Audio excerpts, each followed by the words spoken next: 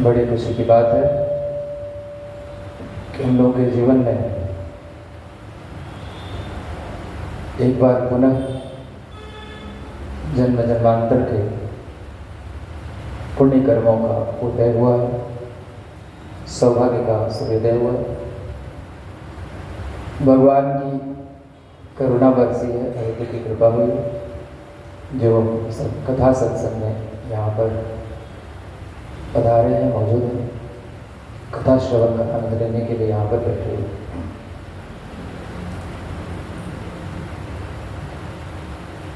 देवर्षि नारद जी ने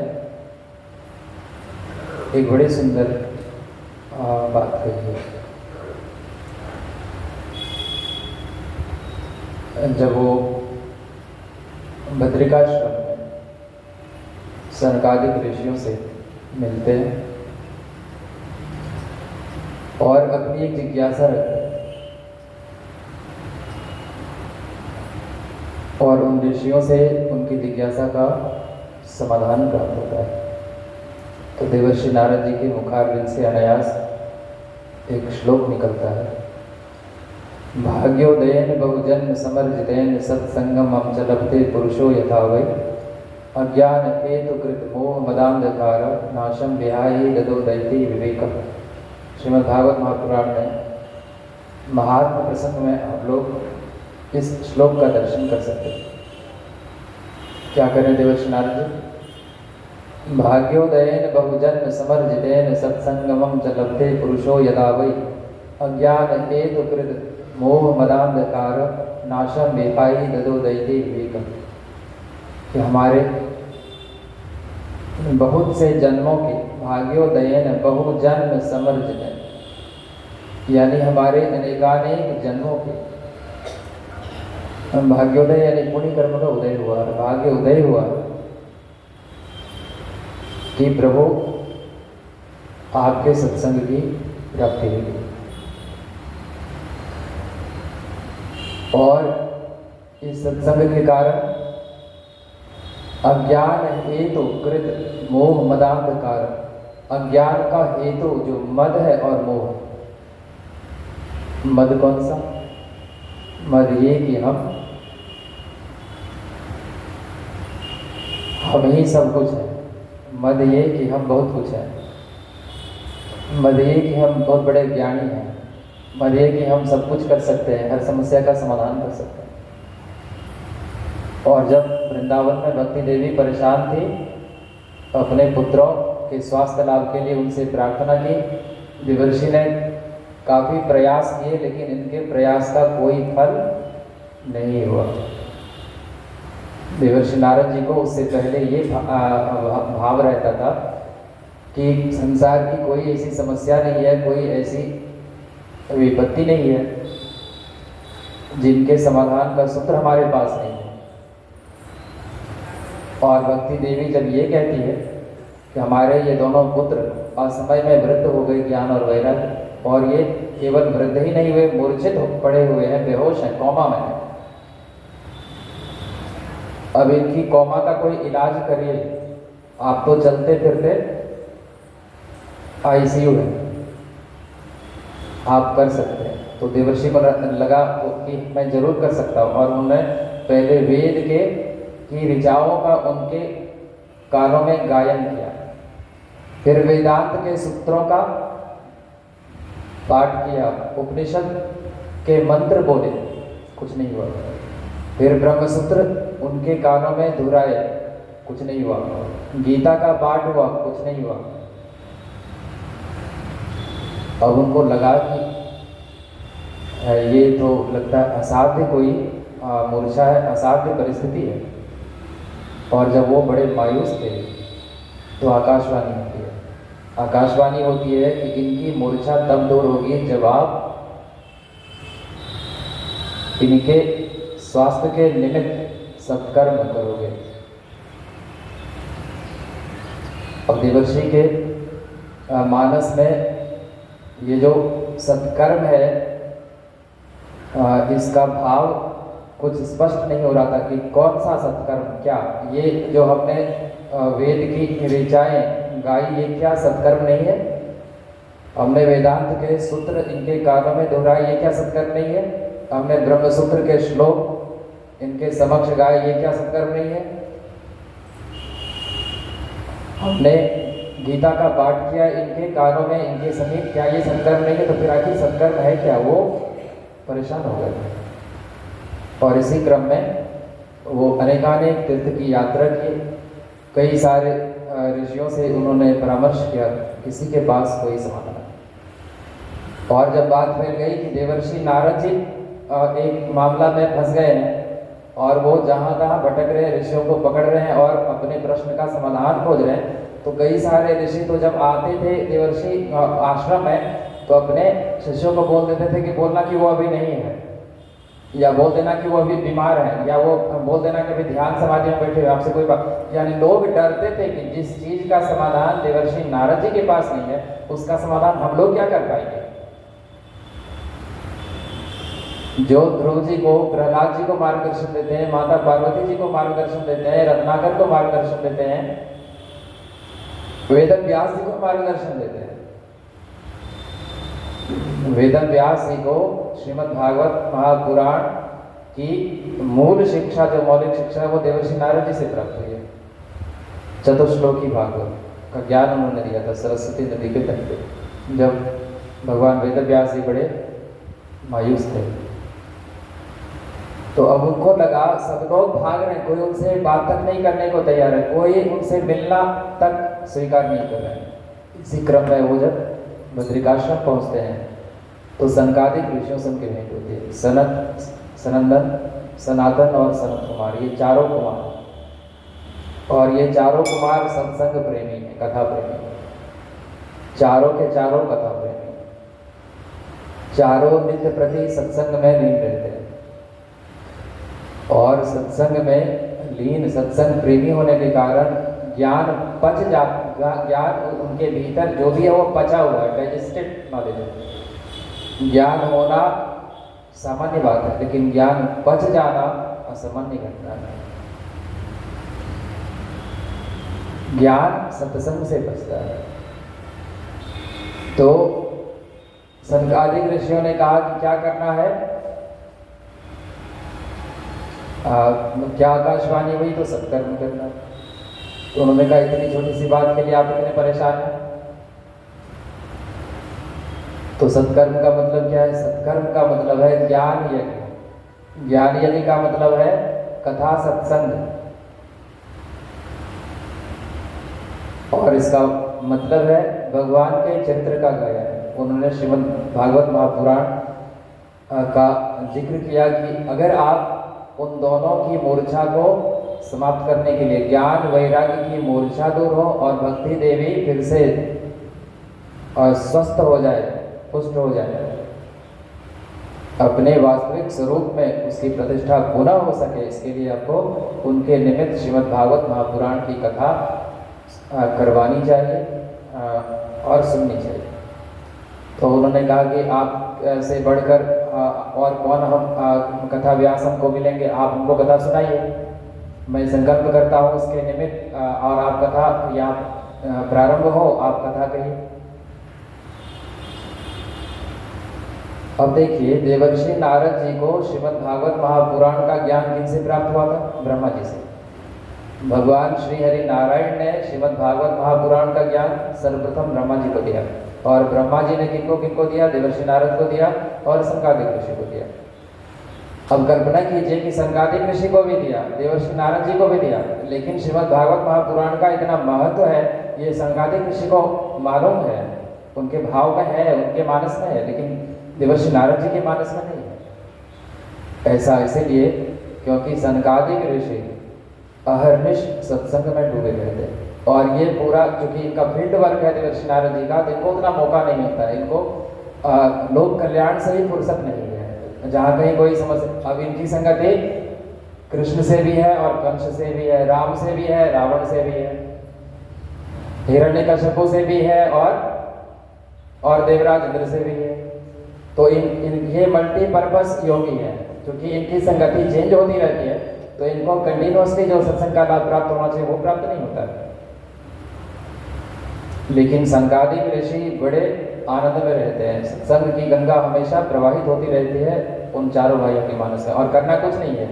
एक भाई व्यास गद्दी संभालते हैं, 3 भाई नीचे श्रोता बन जाते हैं। कोई एक भाई व्यास गद्दी पर बैठते हैं, बाकी 3 भाई श्रोता बन जाते हैं, अब कथा चलती रहती है। अब बोलिए, टोटल उपस्थित सज्जनों की संख्या कितनी हुई? 4। सुखदेव जी कथा सुनाने वाले हैं, परीक्षित कथा सुनने वाले हैं, टोटल श्रोताओं की संख्या कितनी है? 2। भगवान श्री हरि नारायण कथा कहने वाले हैं, ब्रह्मा जी कथा सुनने वाले हैं, श्रोताओं की संख्या कितनी है? 1। कथा को इससे मतलब नहीं है कि कितने लोगों के द्वारा वो कथा सुनी जा रही है, कथा को इससे मतलब है कि जिनके द्वारा भी सुनी जा रही है उनका मानस कितना रिसेप्टिव है, कितना ग्रहणशील है। और कथा में अगर कोई नहीं भी आते हैं तब भी कथा हो सकती है। क्यों? एक बड़ा मार्मिक प्रसंग है, ध्यान से सुनो। ये प्रसंग है जब भगवान मर्यादा पुरुषोत्तम श्री राम अपने लीला संवरण करने का मन बना चुके हैं, अब उनको अपने धाम को जाना है, अपने धाम यानी साकेत को जाना है। ये अलग अलग नाम है, जैसे गोलोक है, साकेत है, वैकुंठ है, सब अलग अलग नाम है। जैसे भारत के राष्ट्रपति के हाउस को हम प्रेसिडेंट हाउस बोलते हैं, अमेरिका के प्रेसिडेंट हाउस को हम व्हाइट हाउस बोलते हैं, फ्रांस के प्रेसिडेंट हाउस को हम एलिसी पैलेस बोलते हैं। उसी प्रकार से भगवान के अलग अलग स्वरूप का जो धाम है उसका अलग अलग नाम है। तो प्रभु श्री राम के धाम को हम लोग क्या बोलते हैं? साकेत बोलते हैं। जब साकेत जाने को तैयार हुए तो उन्होंने सबकी जिज्ञासा जाननी चाहिए, सब से परामर्श किया कि जिनको जिनको हमारे साथ जाना हो, जिनकी जैसी चेतना की स्थिति है, चैतन्य की दशा है, वो उस स्तर के लोगों को जाना चाहे, दिव्य लोगों को जाना चाहे तो वो जा सकते हैं। तो कहते हैं कि अयोध्या के समस्त जन, अबाल वृद्ध, पशु पक्षी, कृमि कीटक, यहाँ तक कि वृक्ष वनस्पति भी जो भगवान के साथ जाने को तैयार हुए, सबको भगवान ने अपने साथ जाने की आज्ञा प्रदान कर दी, सबको मुक्त कर दिया। केवल 5 ऐसे महत्वपूर्ण व्यक्ति थे, 5 ऐसी महत्वपूर्ण विभूतियां थी जो भगवान श्री राम के साथ नहीं गए। आप लोग सब नाम जानते हो, उनमें से एक नाम था विभीषण जी का, वो नहीं गए। दूसरा नाम था अंगद जी का, वो नहीं गए। तीसरा नाम था द्विविद का, वो भी एक वानर दल के सेना नायक थे, वो नहीं गए। चौथा नाम था जामवंत जी का, वो नहीं गए। और सबसे महत्वपूर्ण नाम जिसका अभी इस कथा में जिक्र करना जरूरी है, हनुमान जी महाराज ने। सबके नहीं जाने का अपना अपना कारण था, सबका अपना कारण था। द्विवेद क्यों नहीं गया? तो द्विवेद इसलिए नहीं गया कि था तो बड़ा शक्तिशाली, लेकिन जब लंका में युद्ध चल रहा था भगवान का रावण के साथ, तो ये क्या करता था, ये बड़ा नटखट स्वभाव का था। रात्रि के समय युद्ध विराम जब होता था तो ये अपना वेश बदल के रावण की सेना में सम्मिलित हो जाता था, क्योंकि वहाँ भोजन की बड़ी सुंदर व्यवस्था थी। राजा था और ये तो वनवासी थे और साथ में भी सब इनके स्टाफ सब भी ऐसे ही थे पहुँचे हुए। यहाँ तो केवल फल मूल कंदमूल का भोजन होता था और रावण के सैनिकों के लिए तो सुंदर व्यवस्था थी और उनकी कई सारी जो वाटिकाएं थी उनमें तरह तरह के सुंदर स्वादिष्ट फल भी लगे हुए रहते थे। तो वो खूब फल खाता था, खूब खाना, थोड़ी हलवा मलाई खूब खाता था। जब भगवान को इस बात की जानकारी मिली तो भगवान मुस्कुराए कि लगता है इसका भोग अभी समाप्त नहीं हुआ। वो नहीं गया और द्वापर युग तक उनको प्रतीक्षा करनी पड़ी। द्वापर युग में उनका युद्ध होता है इनके साथ, बलराम जी के साथ, भगवान श्री कृष्ण के बड़े भाई दाऊ के साथ, और वो उनका ये करते हैं, मतलब उनका संहार करते हैं, उनका शरीर उनके द्वारा उनके हाथों छूटता है। उसी प्रकार जामवंत जी भी नहीं गए, उसका अपना कारण था। जब युद्ध जीता जा चुका था तो भगवान ने सबको बुलाया, एक मीटिंग बुलाई, गोष्ठी ली और कहा सब अपने अपने अनुभव बताओ कि किसने किस प्रकार से युद्ध किया, किसने किससे युद्ध किया, किसको मारा, कौन से पराक्रम किसने दिखाए। ऐसे चर्चा चल रही थी। जब जामवंत जी की बारी आई तो जामवंत जी ने कहा कि प्रभु हमको अपना बल दिखाने का, अपनी सामर्थ्य दिखाने का तो मौका ही नहीं मिला। हमारे टक्कर का तो कोई योद्धा था ही नहीं। एक रावण था तो वो तो उस के जीवन पर तो आपका अधिकार था, आपकी लीला के एक पार्ट थे वो, तो आपने उससे युद्ध कर लिया, तो हमको तो उससे भी युद्ध करने का सौभाग्य प्राप्त नहीं हुआ। हाँ, कोई और हमारे टक्कर का अगर कोई है तो प्रभु आप स्वयं है और अभी भी मौका है। भैया लक्ष्मण भी है, अभी भी मौका है। तो भगवान श्री ने बड़ी अच्छी बात कही कि देखिए हम लोग ये जो हमारा अवतार है ये मर्यादित अवतार है, इसमें कुछ रिस्ट्रिक्शंस हैं, रूल्स रेगुलेशंस हैं, नियम है, कायदे हैं। हमारा ये अवतार हम मर्यादा पुरुषोत्तम है और आप हमसे बड़े बुजुर्ग हैं, हम आपसे बहुत छोटे हैं, हम आपसे युद्ध नहीं कर सकते। लेकिन आपकी इस मनोकामना को पूरी मैं द्वापर युग में करूंगा, तब मैं वासुदेव के रूप में आपसे मिलूंगा और तब आपको हमसे युद्ध करने का सौभाग्य प्राप्त होगा। तब तक आप प्रतीक्षा करिए। तो उसके मन में जो एक वासना थी कि किसी समर्थ योद्धा से मैं युद्ध करूं, दो हाथ करूं, तो भगवान श्री कृष्ण आप सब जानते होंगे कि स्यमंतक मणि की चोरी, सत्यराजीत ने जो आरोप लगाया था, इस प्रसंग में जब वो एक गुफा में प्रवेश करते हैं तो जिसमें जामवंत जी अपनी पुत्री जामवती जी के साथ रह रहे हैं, तो स्यमंतक मणि को लेने के क्रम में दोनों के साथ युद्ध होता है। और जब युद्ध में भगवान श्री हरि कृष्ण ने उनको घूसा मार के पछाड़ दिख कर गिरा दिया, तो उसने कहा कि आप सच सच बताओ आप कौन हो, क्योंकि मेरे प्रभु के सिवा मेरी ऐसी दुर्गति कोई कर ही नहीं सकता है, आप बताओ कौन हो। तो भगवान कहते हैं कि मैं कृष्ण हूँ। कौन कृष्ण? देव की पुत्र कृष्ण। लेकिन हमारे प्रभु ने तो हमको कहा था कि मैं वासुदेव के रूप में आपको दर्शन दूंगा। तो भगवान कृष्ण कहते हैं मैं ही वासुदेव कृष्ण हूँ। अब वो नतमस्तक हो जाते हैं, चरणों में समर्पित हो जाते हैं और कहते हैं कि प्रभु बड़ी प्रतीक्षा आपने करवाई, ये आंखें तरस गई आपकी उस मोहनी सूरत को देखने के लिए। त्रेता से द्वापर तक मैंने अपने शरीर को कायम रखा कि प्रभु एक बार दर्शन देंगे। प्रभु आपने बड़ी प्रतीक्षा करी, अब तो केवल एक ही ख्वाहिश है कि आप उसी अपने धनुष बाण युक्त जो मोहिनी सूरत है जिसका पान हम लोगों ने किया था त्रेता युग में, उसके दर्शन एक बार करा दो प्रभु। तो भगवान श्री कृष्ण राम रूप में प्रकट हो जाते हैं। जामवंत जी बड़े आह्लादित होते और भगवान कृष्ण कहते हैं कि कोई वर मांगो। जिसने कहा कि जब आपकी मूर्ति साक्षात हमारे सम्मुख है तो हमको कोई वर नहीं चाहिए, लेकिन हमको हमारे लिए कोई वर नहीं चाहिए, लेकिन मेरी पुत्री के लिए एक वर चाहिए और आपसे सुंदर वर हमको प्रभु कहाँ मिलेगा। तो मैं अपनी पुत्री जामवती को आपको समर्पित करता हूँ। सबके अपने अपने कारण थे। विभीषण जी नहीं गए, उर कछु प्रथम वासना रही, प्रभुपद प्रीत सरित सो बही।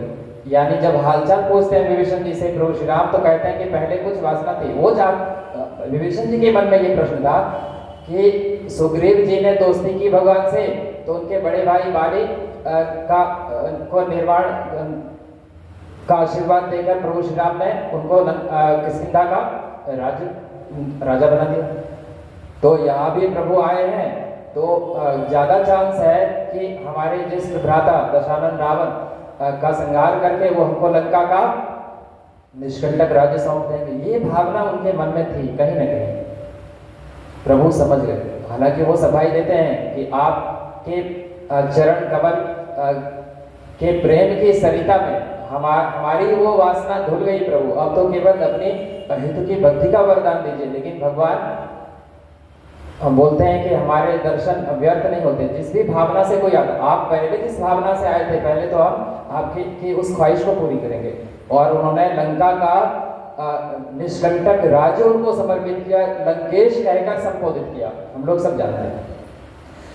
और अभी भी विभीषण, एक कल्प तक उनको रहना, अभी भी विभीषण जी लंका के सम्राट हैं। ये लंका नहीं है जो अभी यहाँ पर साउथ में श्रीलंका के नाम से, ये तो सिंगल द्वीप है।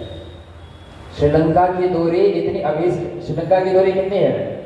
श्रीलंका की दूरी कितना 50-60 किलोमीटर है समुद्री मार्ग से। लेकिन जिस वक्त की ये घटना है त्रेतायुग की, उस वक्त जिस श्रीलंका की बात की जा रही लंका की, उसकी दूरी थी 100 योजन मर्याद समुद्र के, लांगी गए क्षण में 100 योजन का मतलब है 1 योजन में 12 किलोमीटर होता है, लगभग 1200 किलोमीटर का मामला है। तो मामला यहाँ फंस रहा है।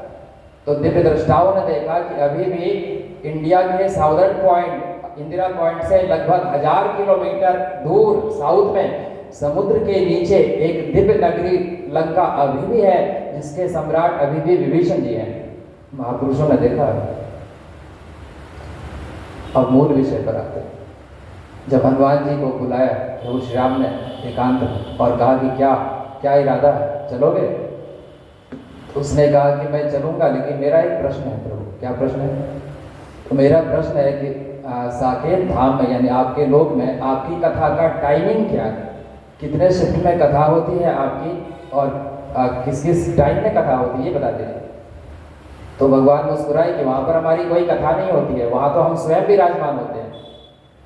तो इसने कहा कि प्रभु तब तो सॉरी, हम नहीं जा सकते आपके साथ, क्योंकि हम आपकी कथा के बिना जी नहीं सकते। तो उसने कहा कि देखो, वहाँ तो हम स्वयं विराजमान रहेंगे, तो तुमको किस बात की चिंता है? तो उन्होंने कहा कि नहीं प्रभु, हम आपके साथ नहीं जा सकते। तो क्यों नहीं जा सकते? तो इसलिए मैं नहीं जा सकता कि यहाँ पर हमको दो फायदे, एक आपके दर्शन हमको होते रहेंगे, और एक आपकी कथा श्रवण का सौभाग्य हमको मिलता रहेगा लगातार। लेकिन वहाँ पर केवल आपकी कथा होगी, क्योंकि मैं ये जानता हूँ प्रभु कि जहाँ पर आप हो वहाँ पर आपकी कथा होगी। ये कोई अनिवार्य नहीं है, ये कोई रूल नहीं है। जहाँ पर भगवान विराजमान होंगे वहाँ पर भगवान की कथा होगी, ये कोई गारंटी नहीं है। लेकिन जहाँ पर आपकी कथा होगी वहाँ पर आपको आना ही पड़ता है, इसकी गारंटी है। तो कथा भी मिलेगी और आपके दर्शन भी होंगे। और प्रभु मैं आपको ये वचन देता हूँ, ये आज मैं भाव संकल्प करता हूँ, इस पृथ्वी लोक पर जब तक एक भी कथावाचक जीवित है, हनुमान इस पृथ्वी को छोड़कर नहीं जाएगा।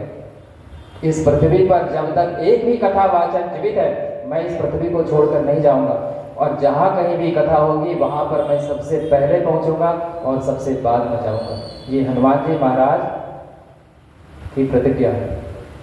मतलब क्या है? मतलब है कि यहाँ भी हनुमान जी महाराज पधारे ही होंगे, गारंटी है इस बात की, नहीं आने का कोई सबब। और इतना ही नहीं, हनुमान जी अकेले आते ही नहीं है, उनके हृदय में कौन विराजमान होते हैं? युगल सरकार की छवि हमेशा विराजमान रहती है उनके हृदय में, तो अकेले तो होते ही नहीं है। तो कथा में भगवान, कथा की जरूरत, सत्संग की जरूरत सबको है। जन्म से पहले से लेकर मृत्यु के बाद तक कथा की जरूरत, सत्संग की जरूरत है। उदाहरण लीजिए, भक्त प्रवर प्रहलाद जी माँ कयादू के गर्भ में, पेट में जब पल रहे थे, तभी उनको कथा की आवश्यकता महसूस हुई। तो देवर्षि नारद जी अपने आश्रम में उनकी माँ को ले जाते हैं और कथा सुनाते हैं, भगवान श्री हरि की कथा सुनाते हैं। जन्म से पहले से उनको सत्संग का लाभ प्राप्त होता है। और शरीर छूटने के बाद हम लोग जानते हैं श्रीमद् भागवत महापुराण में गोकर्ण जी की आत्मा अतृप्त थी, भटकती रही, धुंधुकारी की, तो उन्होंने अपने भाई गोकर्ण जी से निवेदन किया कि तुम तो इतने बड़े ज्ञानी हो, कथावाचक हो, तुम कथावाचक हो, जब तुम्हारा भाई लटक रहा है अधर में तो तुम कथे जान के कुछ कर रहे हो, हमारे निमित्त तुम ऐसी कथा का यहाँ पर आयोजन करो, श्रीमद् भागवत का कथा का, जिससे हमारी चेतना मुक्त हो सके। और हम लोग सब जानते हैं कि गोकर्ण जी की कथा के 7वें दिन धुंधुकारी जी जिस बांस में प्रवेश किए थे, उसकी 7 गांठें, 7वीं गांठें 7वें दिन की कथा में बस्ट की, यानी फूट गई, टूट गई, और वो उसको लेने के लिए विष्णु लोक से विमान उसको लेने के लिए वहां पर उपस्थित हुआ। यानी शरीर छूटने के बाद भी कथा की जरूरत है। हमारे कोई पूर्वज, आपको अगर लगे, हमको अगर लगे कि उनकी क्या पता कैसी गति हुई होगी, अगर कोई मन में भाव है, ऐसा संदेह है, तो हम उनके निमित्त भी कथा सत्संग का आयोजन कर सकते हैं। ये तो जन्म से पहले और मृत्यु के बाद की बात हुई। बीच के क्रम में कथा की जरूरत किनको है? सबको है। इंसान ही नहीं, भगवान को भी सत्संग की जरूरत है। भगवान श्री राम ने वशिष्ठ जी का सत्संग किया, वाल्मीकि जी का सत्संग किया, अत्रि ऋषि का सत्संग किया, अगस्त्य ऋषि का सत्संग किया। अगर वो इन सारे सत्संगों का लाभ नहीं लिए होते तो जैसा नर लीलाओं को करना था, रावण को पराजित करना इतना आसान नहीं होता उनके लिए। अब वो अपने ऐश्वर्य का प्रदर्शन करते, उसका इस्तेमाल करते, तब की बात अलग है, तब तो उसके संकल्प से ही सब कुछ हो सकता है। लेकिन जैसी नरलीला उनको करनी थी, जो ड्यूटी अपने ऊपर उन्होंने ओढ़ी थी, अगर वो इतने महापुरुषों, अगर विश्वामित्र जी का सत्संग नहीं हुआ होता, बला अति बला विद्या उनको प्राप्त नहीं होती, तो आपको क्या लगता है? रावण तो छोड़िए, कुंभकर्ण हिला देता, मेघनादे हिला देता, उनका जो क्या बोलते हैं शुभ निशुभ और क्या ये सब जो था, ताड़का मारी सुबाहु, कोई भी कम टक्कर का नहीं था, सब महाबली था, बहुत बड़ा तांत्रिक था और तरह तरह की मायावी विद्याओं का स्वामी था। आदित्य हृदय स्तोत्र मिला अगस्त्य ऋषि से, और अगस्त्य ऋषि ने कहा कि प्रभु जब आप निर्णायक घड़ी में होंगे तब आपको इसकी जरूरत पड़ेगी, आप इसका प्रयोग करना। और हम लोग जो ये रुद्र गायत्री मंत्र का जप करते हैं, ओम पंचवक्त्राय विद्महे महादेवाय धीमहि तन्नो रुद्रः प्रचोदयात्, ये जो पंचवक्त्र कवच है, इससे रावण का महल उस कवच के घेरे में था। इसका भेदन करना मुश्किल था, इसका भेदन करना आसान नहीं था। तो भगवान श्री राम को सत्संग की जरूरत पड़ी, भगवान श्री कृष्ण को जरूरत पड़ी, और तमाम महापुरुषों को सत्संग की जरूरत पड़ी। तो हम लोग किस खेत के गाजर, मूली कहना अच्छा नहीं लगता है, किस खेत के गाजर, सबको जरूरत।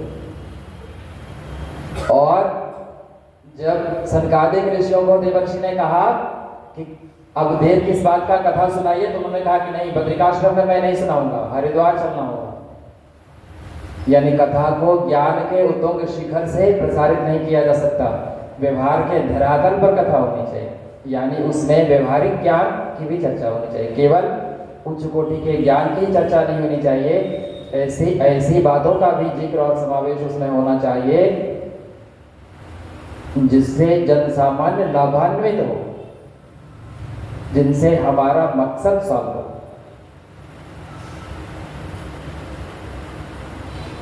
तो कथा होती है आदि उसमें तमाम तरह के लोग पधारते हैं, और बड़े बड़े ऋषि, प्राचीन काल के ऋषि,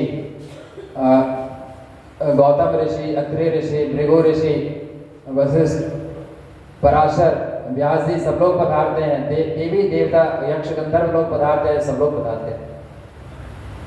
और कथा प्रारंभ से पहले भृगु ऋषि का मुंह लटका हुआ था।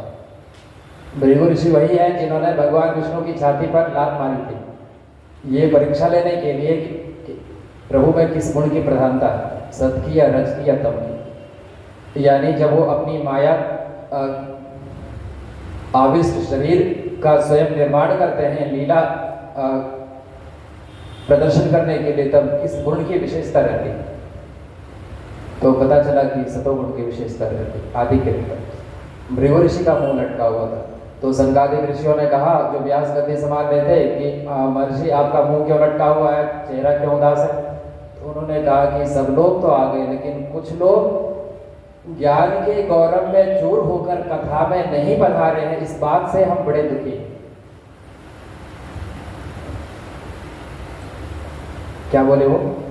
कुछ लोग ज्ञान के गौरव में चूर होकर कथा में नहीं पधारे हैं।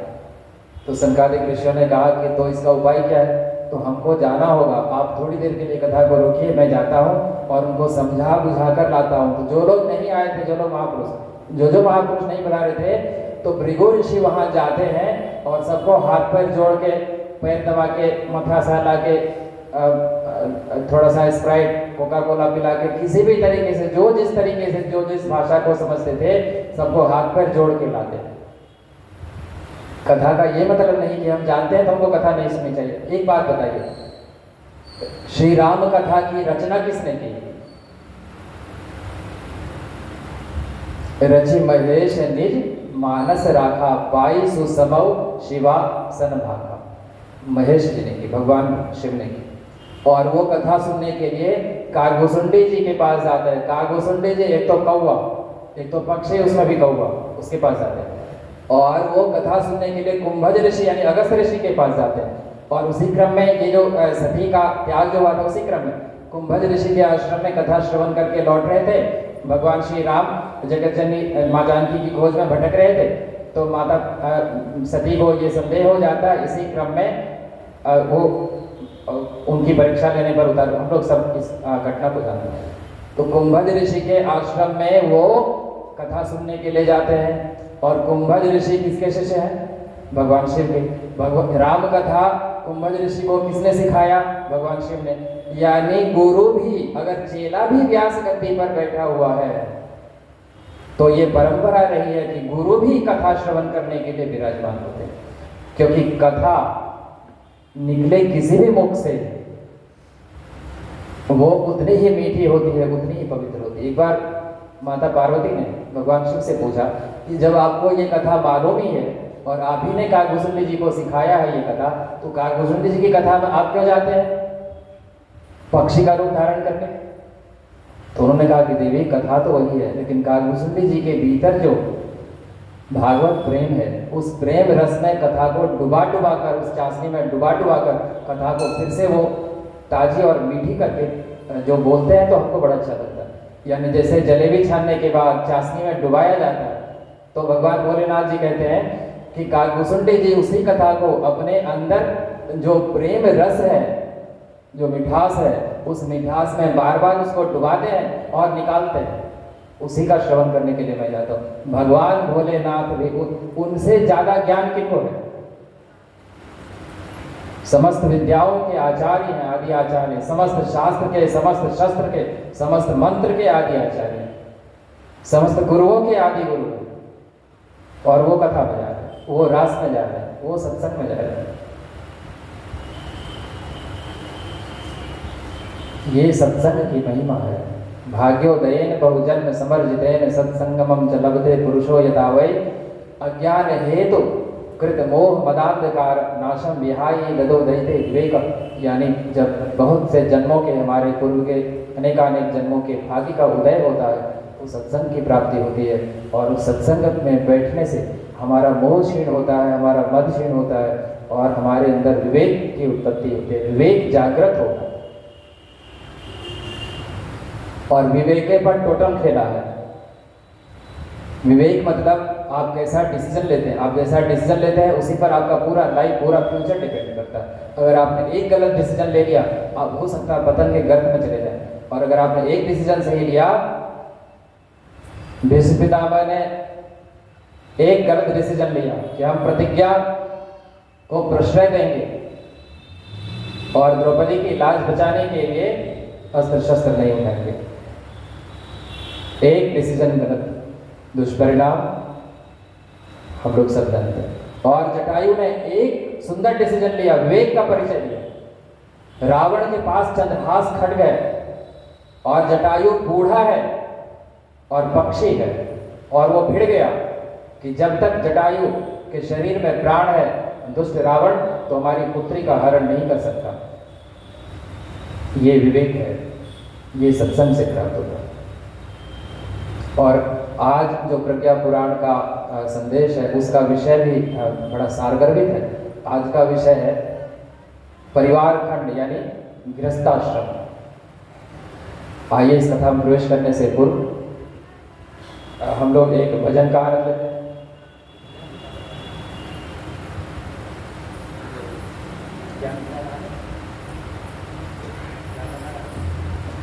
ज्ञान गंगा नहा ले मन मेरे, ज्ञान गंगा नहा ले मन मेरे, ज्ञान गंगा नहा ले मन मेरे, ज्ञान गंगा नहा ले मन मेरे, जीवन बना ले मन मेरे, जीवन बना ले मन मेरे, ज्ञान गंगा नहा मन मेरे, ज्ञान ले मन मेरे, जीवन बना ले मन मेरे, जीवन बना ले मन मेरे।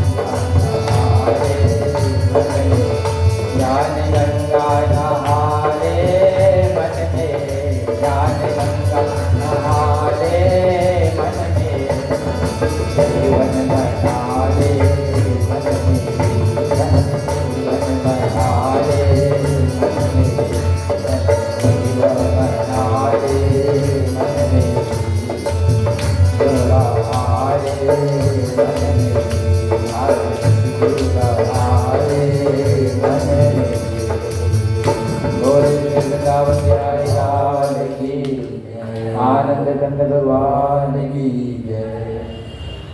आइए प्रज्ञा पुराण में प्रवेश करते हैं। सर्वप्रथम श्रीमद् भागवत प्रज्ञा पुराण को नमन वंदन करते हैं।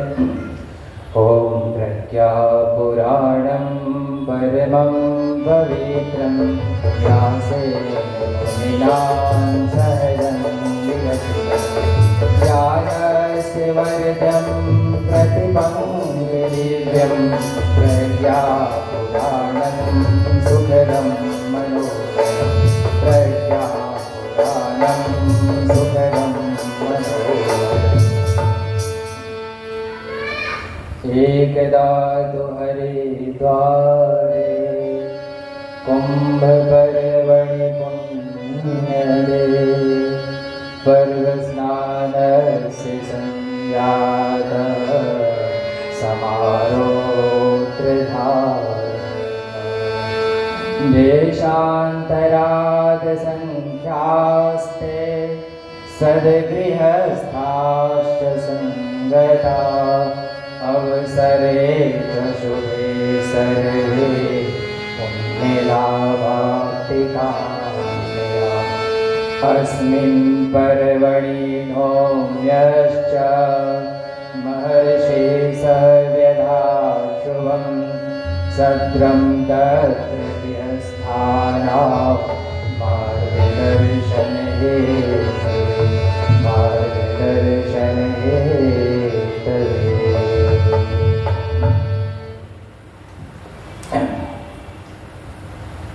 प्रज्ञा पुराण के इस परिवार खंड का शुभारंभ हरिद्वार क्षेत्र में आयोजित कुंभ पर्व मेला से होता है। पूज्य गुरुदेव लिखने की कृपा करते हैं। एक बार की बात है, हरिद्वार में कुंभ पर्व का आयोजन हुआ था और वो आयोजन तो हरिद्वार में होते ही रहता है कुंभ पर्व का। इसमें क्या विशेषता थी? पूज्य गुरुदेव कहते हैं कि उस खास कुंभ की, उस पर्टिकुलर कुंभ की ये विशेषता थी कि विरक्तों से ज्यादा भीड़, ज्यादा उपस्थिति गृहस्थों की थी। उससे पहले ऐसा होता था कि ब्रह्मचारी लोगों की संख्या, वानप्रस्थियों की संख्या, सन्यासियों की संख्या, नागा साधुओं की संख्या, अन्य महापुरुषों की, महान विभूतियों की संख्या, शरीरी अशरीरी महापुरुषों की संख्या ज़्यादा होती थी और जो सद्गृहस्थ होते थे उनकी संख्या कम होती थी। लेकिन इस बार की ये विशेषता थी कि इस बार अधिकांश जो संख्या थी वो सद्गृहस्थों की थी। और दूसरी खूबी ये थी कि उनमें माताओं बहनों की संख्या ज़्यादा थी, पुरुषों की कम थी। आप यहीं पर भी देख लीजिए, बहनों की संख्या ज़्यादा है। अभी अगर वार्ड कमिश्नर का इलेक्शन हो जाए, कोई एक बहन खड़ा हो जाए और एक भाई खड़ा हो जाए, एक विजय विश्वकर्मा जी खड़े हो जाए और एक इधर से विद्या दीदी खड़ी हो जाए, विद्या दीदी की जीत सुनिश्चित है, सभी बहनें इनको वोट दें। तो उस कुंभ पर्व की विशेषता थी कि बहनों की संख्या पुरुषों की तुलना में ज़्यादा थी। और तीसरी विशेषता थी कि इस बार केवल पर्व स्नान के लिए, पुण्य प्राप्ति के लिए सद्गृहस्थ नहीं बना रहे थे। अधिकांश सद्गृहस्थों के मन में, भाई बहनों के मन में ये भाव था, संकल्प था कि अगर कोई दिव्य महापुरुष के दर्शन हो और उनके सत्संग का लाभ प्राप्त हो तो हम सब जिज्ञासा करेंगे कि आखिर हम सब का कल्याण कैसे होगा। ब्रह्मचारी जी तो ब्रह्म की ओर यात्रा कर रहे हैं, वानप्रस्थी जी वानप्रस्थी हो ही गए हैं, अब संन्यास भी ले लेंगे। सन्यासी तो अपने अंतिम पुरुषार्थ के अंतिम पड़ाव पर पहुंच ही गए, आदि आदि। लेकिन जो लोग घर परिवार में रहते हैं, गृहस्थ धर्म में रहते हैं, आखिर उनका भला कैसे हो। और उनके मन में एक प्रश्न और भी था कि ये जो 4 आश्रम है, ब्रह्मचर्य आश्रम, गृहस्थ आश्रम, वानप्रस्थ आश्रम और संन्यास आश्रम, ये जो 4 आश्रम है, इसमें तो हम लोगों को लगता है कि चौथा पोजीशन पे गृहस्थ आश्रम होना चाहिए, पहला पे होना चाहिए संन्यास। अगर रिजल्ट निकले अभी कुंभ पर्व पे, आश्रमों के प्रतिनिधियों को मार्क्स दिया जाए तो होगा फर्स्ट किसने किया? सन्यासियों ने, सेकेंड वानप्रस्थियों ने, थर्ड ब्रह्मचारियों ने और फोर्थ गृहस्थों ने। तो जितने सब गृहस्थ भाई बहन थे उनका चेहरा उतरा हुआ था और उनको एक प्रकार की आत्मग्लानि से वो ग्रसित हो रहे थे, थोड़े हीन भावना से ग्रसित हो रहे थे। जब वो देखते थे कि बड़े बड़े सन्यासी आए हैं, बड़े बड़े साधु पुरुष आए हैं, विरक्त आए हैं, वानप्रस्थी आए हैं, ब्रह्मचारी आए हैं, एक से बढ़कर एक अखाड़े के महापुरुष लोग आए हैं, एक से बढ़कर एक शंकराचार्य जी बता रहे हैं, सबके मन में एक हीन भावना थी कि आखिर हम लोगों का क्या होगा। और उनकी ये दिव्य भावना महसूस कर सके एक बहुत उच्च कोटि के महर्षि, उनका नाम था महर्षि धौम्य। ये महर्षि धौम्य वही ऋषि है जिनके आश्रम में आरुणि नाम का लड़का पढ़ता था। हम लोग सब बचपन में कहानी पढ़े होंगे कि आरुणि जब पानी का बहाव रुक नहीं रहा था, मेड़ कट जा रहा था, तो वो अपने शरीर को गुरु आज्ञा को पूरा करने के लिए रात भर ठंड में, ठंडी रात वो पानी में, रात्रि के चौथे प्रहर तक पानी में पड़ा रहा। ये गुरु भक्ति है।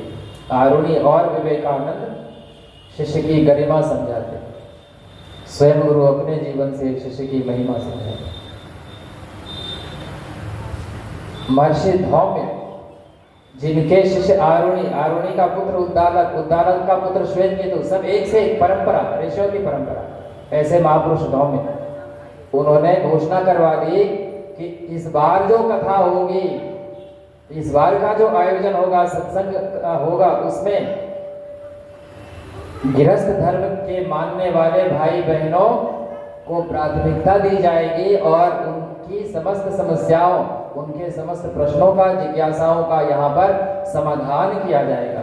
यानी गृहस्थ धर्म की महिमा बताई जाएगी, परिवार की महत्ता बताई जाएगी, घर में पति पत्नी के आपसी सामंजस्य तालमेल की महत्ता बताई जाएगी, नारी का महत्व बताया जाएगा, शिशु को कैसे संस्कारित करें इसका महत्व बताया जाएगा, और यहाँ तक कि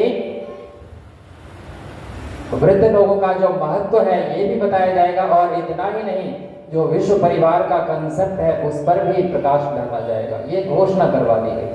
और जब ये घोषणा हो गई तो समस्त जितने गृहस्थ धर्म के फॉलोअर्स थे, मानने वाले थे, सब लोग उमड़ उमड़ के उस सत्संग में, कथा पंडाल में आकर विराजमान होने लगे। कथा पंडाल भर गया सब गृहस्थों से। और महर्षि धौम्य जब व्यास मंच पर पधारे तो सर्वप्रथम उन्होंने गृहस्थ धर्म की महिमा बतलाई। क्योंकि समय कम रहता है, थोड़ा लेट से प्रारंभ भी होता है और समाप्त करने की भी टाइमिंग रहती है, तो थोड़ा सा इसको हम लोग सार संक्षेप में श्रवण करें। उन्होंने गृहस्थ धर्म की महत्ता बताने की चेष्टा की और उन्होंने कहा कि बाकी जितने आश्रम हैं उनका पालन पोषण, लालन, सब कुछ, लाड़ प्यार दुलार, उनकी सारी रिस्पॉन्सिबिलिटीज, उनकी सारी समस्याओं का समाधान, यानी रसद की आपूर्ति, सब कुछ अगर किसी आश्रम से हो पाता है तो वो कौन सा आश्रम है? गृहस्थ आश्रम है। और इन ब्रह्मचारियों, वानप्रस्थियों, सन्यासियों को अगर इस धरती पर मानव शरीर धारण करके आना पड़ा तो इनको किस आश्रम ने मदद की, इनकी सहायता की? गृहस्थ आश्रम ने। अगर इस संसार में भगवान ने अवतार लिया, अगर प्रभु श्री राम आए, माँ कौशल्या की जरूरत पड़ी, अगर भगवान श्री कृष्ण आए, यशोदा और देवकी का लाड़ प्यार अनिवार्य रूप से उनको जरूरी महसूस हुआ, तब तो वो प्रभु अपनी बाल लीला इन दोनों माताओं के साथ अधिकांश समय माँ यशोदा के साथ बिताए।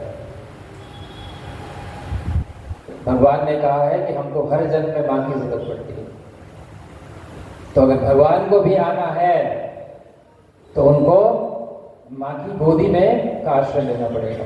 तो गृहस्थ, उन्होंने कहा, उन्होंने घोषणा कर दी, धन्यो गृहस्थाश्रम, ये जो गृहस्थाश्रम है ये धन्य है। अगर गृहस्थाश्रम को मानने वाले लोग हड़ताल कर पे चले जाएं, ये सारे वानप्रस्थी मुंह लटका के बैठ जाएंगे,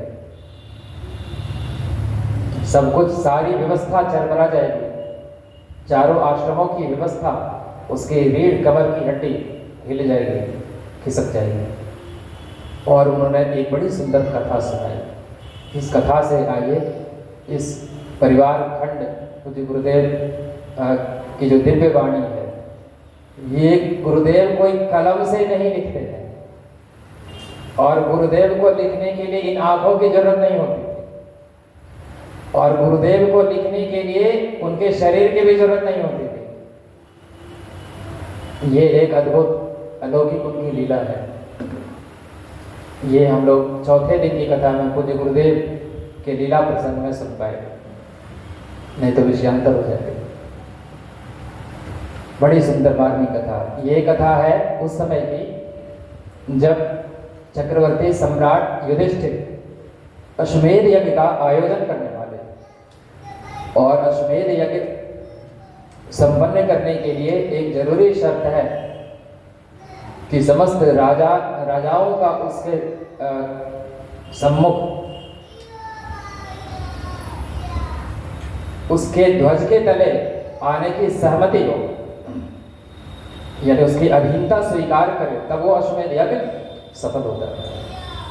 अश्वमेध यज्ञ का घोड़ा छोड़ा गया, और अगर किसी राज्य से वो गुजरता और अगर उस राज्य में उस अश्व की पूजा हो जाती, पूजन हो जाता और अपने ध्वज को झुका लिया जाता, तो ये माना जाता कि इस राज्य ने अधीनता स्वीकार कर ली, हमारे अश्वमेध की इन्होंने समर्थन किया, तो अश्व आगे बढ़ता। तो उसके पीछे सेनाएं चलती थी, कोई ऐसे नहीं कि एक घोड़ा छोड़ दिया हो गया। अभी भी अश्वमेध हो रहा। पूज्य गुरुदेव ने भी कई सारे अश्वमेध किए, यानी पूज्य गुरुदेव के आशीर्वाद से, माता जी के समय से अश्वमेध अभी पिछले दिनों मुंबई में अश्वमेध यज्ञ संपन्न हुआ। और 1 जनवरी को बिरौली में कार्यक्रम था, तो वहां पर एक भाई ने प्रश्न किया कि अश्वमेध का मतलब तो है कि घोड़ा छोड़ा जाएगा, घोड़े को जो पकड़ लेगा वो युद्ध करेगा, आदि आदि कई सारे प्रसंग होते हैं। मेध का मतलब वध होता है।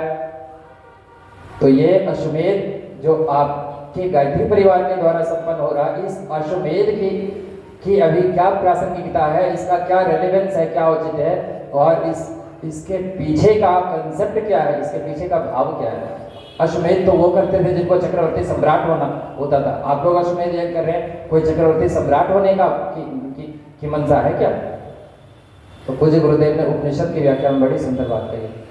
पूज्य गुरुदेव ने लिखा है कि अंतः स्थित परमात्म चेतना में बहिर्मुखी व्यक्त शक्ति धाराओं का समर्पण विसर्जन आंतरिक अश्वमेध यज्ञ है। यही महायज्ञ है, यही महायोग है। ये उपनिषद की व्याख्या में भाषा टीका में गुरुदेव ने लिखा, बहिर्मुखी व्यक्त शक्ति धाराओं का अपने अंदर विराजमान परमात्म चेतना में विसर्जन समर्पण आंतरिक अश्वमेध है। यही महायज्ञ है, यही महायोग है। ये अश्वमेध करने का हमारा, यानी पूज्य गुरुदेव का, वंदनीय माता जी का, गायत्री परिवार का उद्देश्य है। तो अश्वमेध का घोड़ा छोड़ा गया। तो उस समय एक प्राचीन नगरी थी पंपापुरी, और पंपापुरी के जो महाराज थे उनका नाम था हंसध्वज, महाराज हंसध्वज। और महाराज हंसध्वज बड़े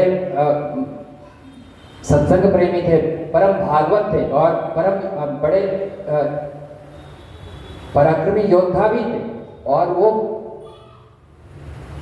प्रजा के एक तरह से प्रजावत्सल थे, यानी प्रजा के हित में सारा निर्णय लेते थे, यानी सारे के सारे गुण उनमें थे, और भगवान कृष्ण के अनन्य उपासक। जब उनको सूचना मिली महाराज हंसध्वज को कि महाराज युधिष्ठिर ने अश्वमेध का अश्व छोड़ा है और वो हमारी सीमा में प्रवेश कर चुका है,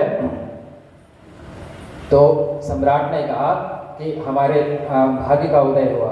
अगर सम्राट युधिष्ठिर का अश्व आया है तो उसके पीछे सेना भी होगी, और अगर सेना होगी तो परम वीर अर्जुन भी होंगे, और अगर अर्जुन होंगे तो उनके सारथी हमारे आराध्य भी होंगे।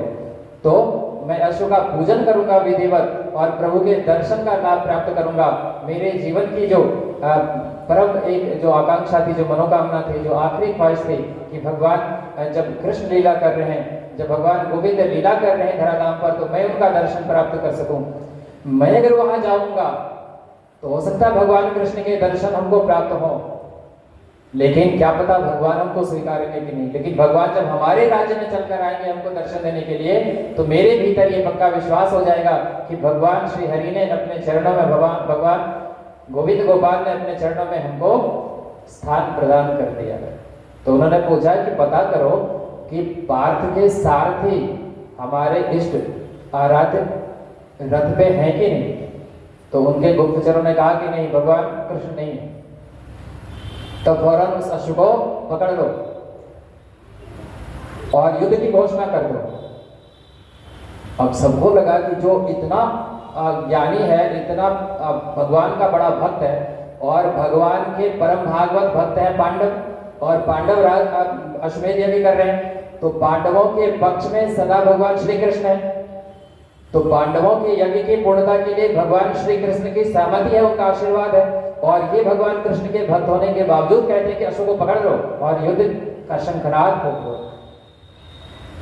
अब किसी को समझ में नहीं आ रहा है। उनकी धर्मपत्नी जी भी बड़ी धर्म प्रिया थी, वो भी भगवान कृष्ण की परम भक्त थी। जब उन्होंने प्रश्न किया कि भगवान आप ये कैसा आदेश दे रहे हैं, आप भगवान के विरुद्ध आचरण कर रहे हैं। उन्होंने कहा कि देवी मैं भगवान के विरुद्ध नहीं हूँ और तुम भी भगवान के विरुद्ध नहीं हो।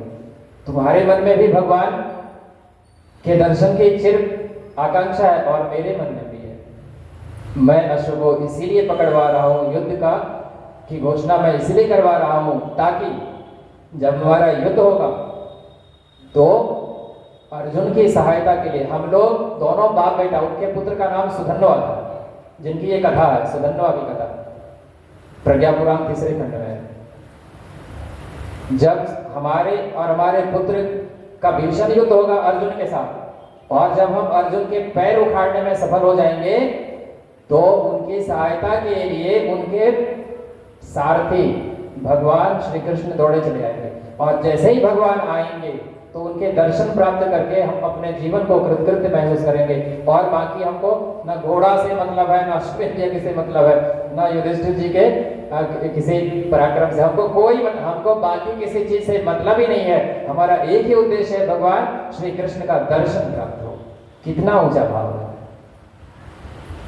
और उन्होंने घोषणा करवा दिया कि जितने सेना नायक हैं सभी तत्काल उपस्थित हो, और जो युद्ध का शंखनाद नगाड़ा बजने से पहले उपस्थित नहीं होगा उसको खौलते हुए गर्म तेल में उसको डुबा दिया जाएगा। ये कड़ी सजा की घोषणा उन्होंने करवा दी। और उनके जो मुख्य सेनापति थे, यानी जो सबसे बड़े योद्धा थे, वो उनके स्वयं का इकलौता पुत्र सुधन्वा है, जिनकी अभी अभी शादी हुई है। कल्पना कीजिए, नौजवान है, उनका युवराज है, पंपापुरी का युवराज है, उनका इकलौता पुत्र है। और भगवान कृष्ण का वो अपने पिता से भी बड़ा भक्त है, अपनी माता से भी बड़ा भक्त है। अहर्निश वो भगवान के नाम का स्मरण जप करते रहता सुधन्वा। वो एक सद्गृहस्थ है। सुधन्वा को नाम जप में थोड़ा लेट हो गया, और जैसे ही लेट हो गया तो उनको गरम तेल की कढ़ाई में, खोलते हुए तेल की कढ़ाई में उसको डुबाने का उनके पिताश्री ने आदेश किया। और तब सुधन्वा की आंखों से अश्रु की धार बहने लगी। सुधन्वा जो आ रहे थे अपने घर से, तो माँ से जब आशीर्वाद लेने के लिए गए थे, तो माँ ने कहा कि पुत्र, मुझे तो शायद भगवान के दर्शन नहीं होंगे, लेकिन आज मेरी कोख धन्य हो गई कि हमारा पुत्र भगवान के सम्मुख खड़ा होगा। मैं तो ऐसे ही तर गई, मुझे तो भगवान के लोक की प्राप्ति ऐसे ही हो जाए, लेकिन पुत्र सावधान, तुम्हारा सामना अर्जुन से है। अगर तुम अर्जुन को पीठ नहीं दिखाओगे तभी यह संभव है कि भगवान श्री कृष्ण के दर्शन तुमको हो सके। तो हमको वचन दो कि तुम अर्जुन को पीठ नहीं दिखाओगे। अब कल्पना कीजिए कि एक माँ कह रही है अर्जुन को पीठ नहीं दिखाओगे, यानी अर्जुन को कोई अगर पीठ नहीं दिखाएगा उस जमाने में, द्वापर के जमाने में, मतलब उसका वीर गति को प्राप्त होना 100% सुनिश्चित है।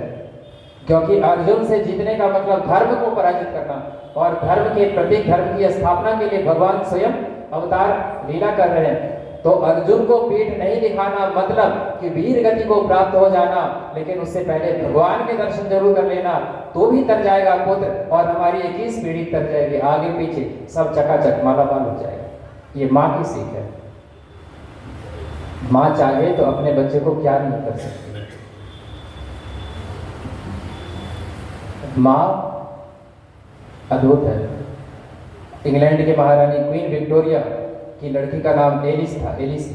उसके 10 साल के लड़के को जब ट्यूबरकुलोसिस हो गया, ये उस जमाने की बात है जब ट्यूबरकुलोसिस यानी टीबी लाइलाज बीमारी थी और छुआछूत की बीमारी थी। डॉक्टरों ने ये कह दिया कि आप थोड़ा अपने पुत्र से परहेज करें क्योंकि ये आपको भी ये बीमारी हो सकती है। लेकिन वो माँ थी, वो अपने बच्चे को खिलाती पिलाती थी, गोदी में लेती थी, और जब भी उनसे कोई प्रश्न करे कि आप ऐसा क्यों करते हैं, ये आपके लिए जानलेवा सिद्ध हो सकता है, तो वो एक ही आंसर देते थे, क्योंकि मैं मां हूं। और एक बार उनके पुत्र ने कहा कि मां, लगता है अब जब मैं बीमार हो चुका हूं, अब तुम उतना मुझे श्रेय नहीं दे रही हो, क्योंकि कितने दिन हो गए हमारे मुख का चुम्बन तुमने नहीं लिया है, हमारे मुख को तुमने नहीं चुमा है। तो माँ ने उनके मुख को चुमा और उसी वक्त टीबी का कीड़ा उनके भीतर प्रवेश किया और उनको भी टीबी हो गया, और एक साथ दोनों माँ बेटे का प्राणांत हुआ, एक साथ दोनों का शरीर छूटा।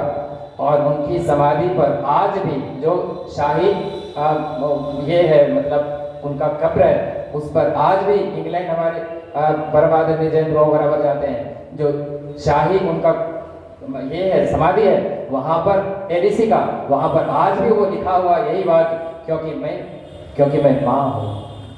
आज भी लिखा हुआ उनके अंतिम वाक्य यही थे, क्योंकि मैं मां हूं। सुधन्वा को गर्म तेल में डुबाया गया और वो भगवान श्री कृष्ण के स्मरण में कुछ नहीं हुआ, क्योंकि अग्नि की शक्ति, अग्नि में शक्ति जिनसे होती है वही हमारे श्री हरि है। बाकी जितने तत्व है उनमें जो भी गुण है, उस समस्त गुणों के स्वामी, अध्यक्ष, अधीश स्वयं परमात्मा है, जगन्नाथ है। और भयानक युद्ध होता है, अर्जुन और सुधन्वा के बीच भयानक युद्ध होता है। और जब युद्ध निर्णायक घड़ी में नहीं पहुंच रही थी और जब अर्जुन परेशान हो रहा था, तो उन्होंने भगवान का स्मरण किया कि लगता है अब हमारा अश्वमेध का जो संकल्प है यह कहीं बीच में खंडित न हो जाए। भगवान कृष्ण पधारते हैं और एक एग्रीमेंट हुआ कि बस 3 बाणों में इस बात का फैसला हो जाए कि कौन बड़ा वीर है, ज्यादा पराक्रमी है।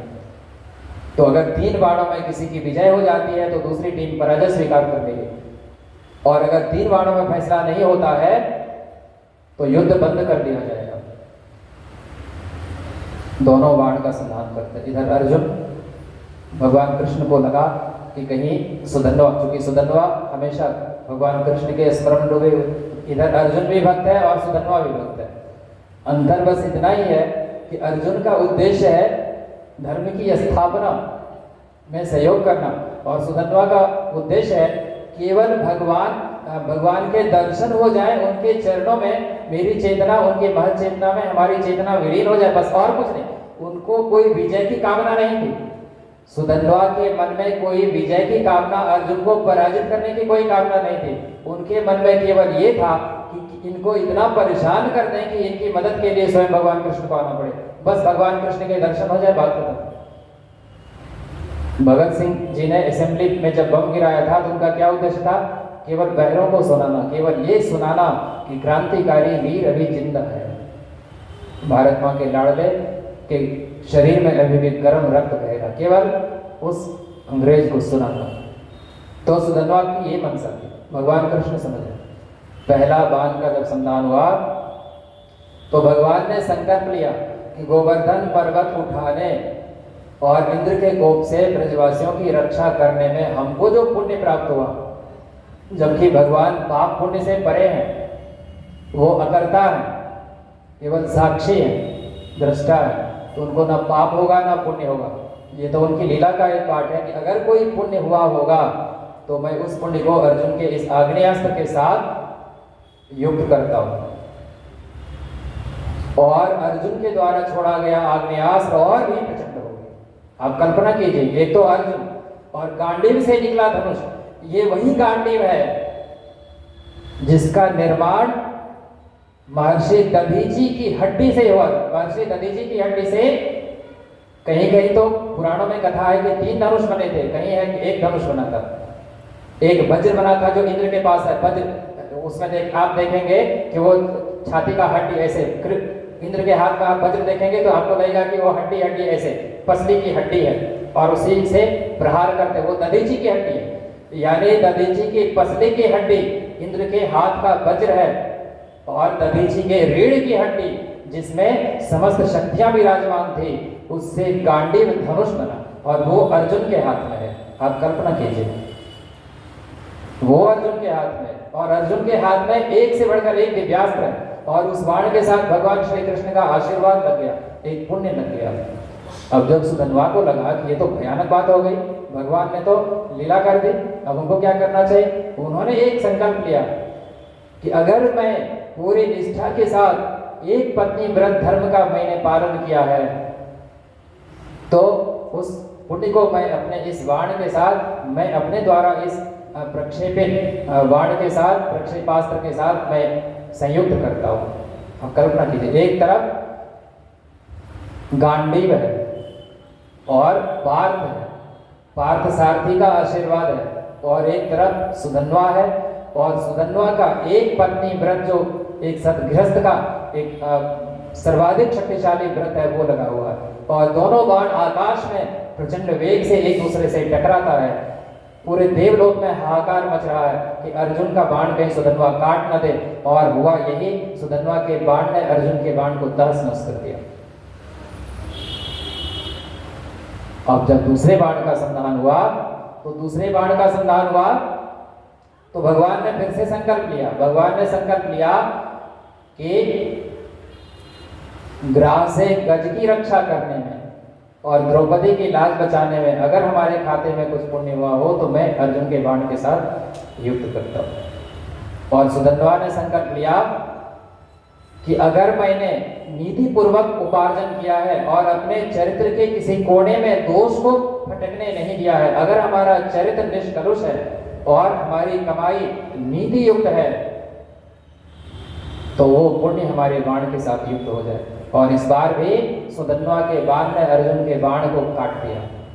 अब आखिरी, अब कल्पना कीजिए पूरा कैसा माहौल रहा होगा। भगवान परेशान है, दोनों तरफ भक्त है। तीसरा बाण का संधान जब हो रहा है, तो भगवान ने संकल्प लिया कि बार बार अवतार लेने से और अधर्मियों से, पापियों से पृथ्वी का भार हल्का करने के लिए जो पुण्य मेरे खाते में आया हो, वो मैं समझ, यानी अपने समस्त अवतारों का पुण्य लगा दिया। भगवान जीरो बैलेंस में आ गए, पूरी झोली समर्पित कर दी, भगवान खाली। इससे बड़ा दान क्या हो सकता है, इससे ज्यादा पुण्य। अपने समस्त अवतारों का पुण्य उसमें लगा दिया। और इधर सुधन्वा ने भाव संकल्प लिया कि अगर मैंने स्वार्थ का क्षण भर भी चिंतन किए बगैर अपने साधन को निरंतर परमार्थ में ही नियोजित किया है, तो उसके पुण्य प्रसाद हमारे बाण के साथ संयुक्त हो जाए। भगवान श्री कृष्ण सोचे कि अब बीच में कुछ तिकड़म करना होगा, जैसे बादल से सूर्य को ढक दिए और जयद्रथ का वध करवाए, उसी प्रकार से द्रोणाचार्य का वध करवाए, भीष्म पितामह जी को धाराशाही किए।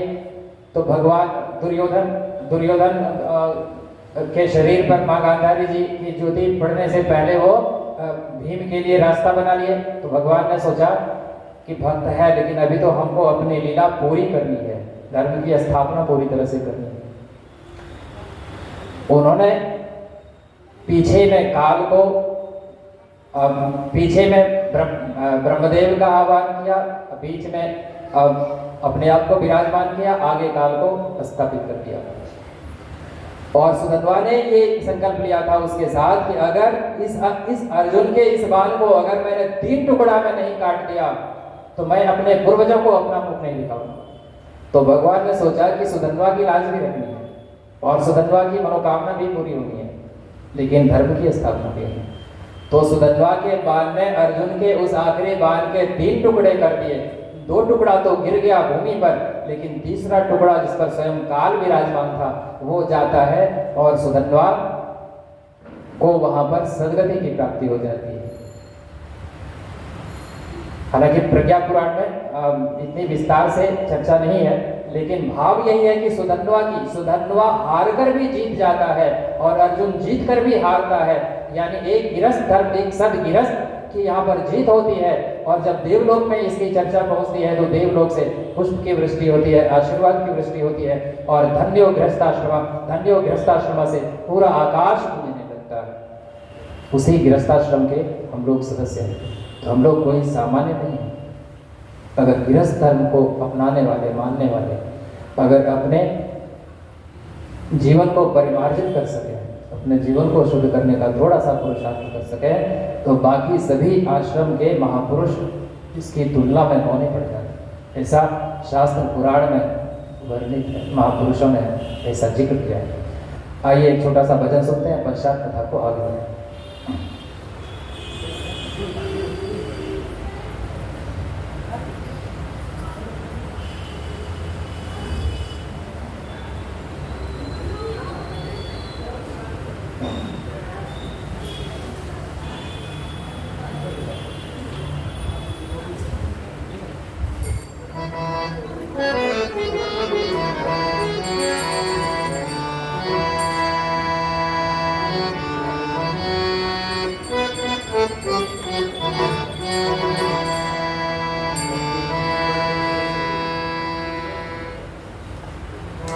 जिसको जीवन में मिला सत्संग है, जिसको जीवन में मिला सत्संग है, उसको हर घड़ी आनंद ही आनंद है। जिसको जीवन में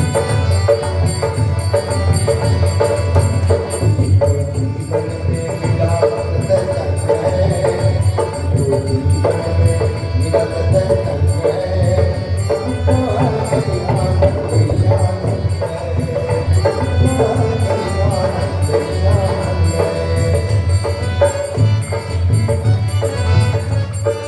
सत्संग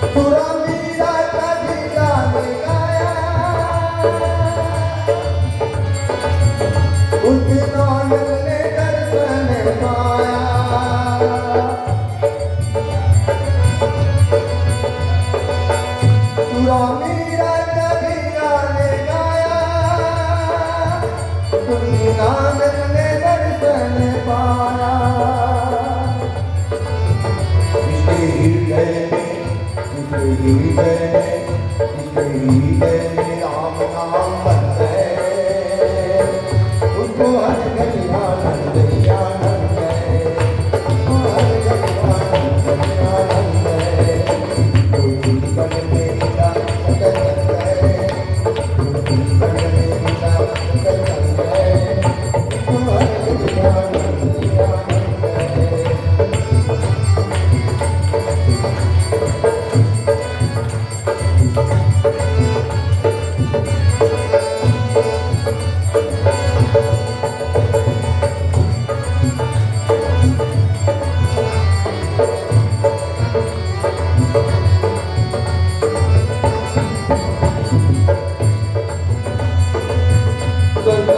जियो की वाणी को मानो,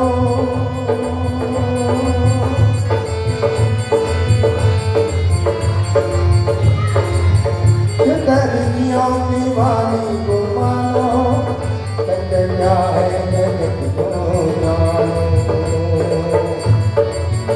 उसका चौरासी, उसका चौरासी, उसका चौरासी कट जाए बंद है, जिसको आनंद ही आनंद है, उसको हर घड़ी आनंद ही आनंद है, जिसको जीवन में मिला सत्संग है, उसको हर घड़ी आनंद ही आनंद है, उसको हर घड़ी आनंद ही आनंद है।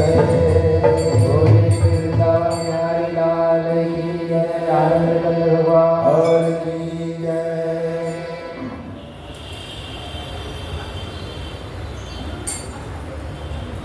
गुणं कर्म स्वभावं च कर्तुमुच्चस्तरं तथा व्यक्तित्वं प्रखरं कर्तुं पाठशालेव च स्मृतः अस्ति व्यायामशालेव परिवारस्तु निश्चितं जीवनस्योपयुक्तानि वैशिष्ट्यानि समभ्यसन् वैशिष्ट्यानि समभ्यसन् सीमितः परिवारः स्यात् संख्या स्वल्पेव सन्तते सुखदाहानयो संख्या बहुप्रजननोत्तमा जनन्या हीयते तत्र आरोग्य आयुष्यमेव च परिवारसदस्यानां क्षीयन्ते सुविधास्तथा सञ्चकारः कुटुम्बस्य तैलयन्त्रवृषो यथा तथा भ्रमतिचारकस्य भारवाहितया तथा उद्विग्नश्च भवत्येष विवेकं परिहाय च नीति अनीति परित्यज्य यततेऽधिकमर्जितम् यततेऽधिकमर्जितम्। प्यारे भाई बहनों, पश्चात गौम ऋषि परिवार की विशेषता बताते हैं। परिवार का महत्व बतलाते हैं। ये कहने की कृपा की कि परिवार सिर्फ परिवार नहीं है, परिवार एक प्रयोगशाला है। परिवार सिर्फ परिवार नहीं है, परिवार एक व्यायामशाला है। परिवार सिर्फ परिवार नहीं है, परिवार एक टकसाल है। परिवार सिर्फ परिवार नहीं है, परिवार एक लघु राष्ट्र है। इतनी बातें उन्होंने कही। परिवार एक ऐसी प्रयोगशाला है जिसमें हम अपने गुण, कर्म और स्वभाव को उच्च स्तर तक स्थापित करने का पुरुषार्थ करते हैं, प्रयोग करते हैं। ध्यान दीजिए, गुणम कर्म, याद रखिए, गुणम कर्म स्वभावम च, गुणम कर्म स्वभावम च कर्तुमुच्च स्तरम तथा व्यक्तित्वम प्रखरम कर्तुम पाठशालेव च स्मृतः। यानी गुण, कर्म और स्वभाव को उच्च स्तर तक पहुंचाने के लिए यह एक पाठशाला है जिसमें जो पाठ सिखाई जाती है वह जीवन पर्यंत हमारे काम आती है। परिवार में जो हम सीखते हैं, जो बच्चा सीखता है, जो शिशु सीखता है, वो लाइफ लॉन्ग की चेतना में, उसके मानस में, उसके मानस पटल पर विराजमान रहता है और उसका मार्गदर्शन करता रहता है।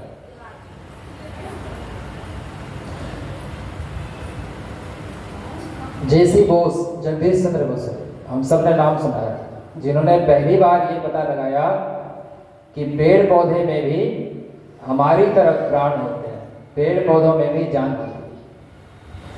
और उनको ये सीख सबसे पहले उनके परिवार में उनकी माँ से मिली।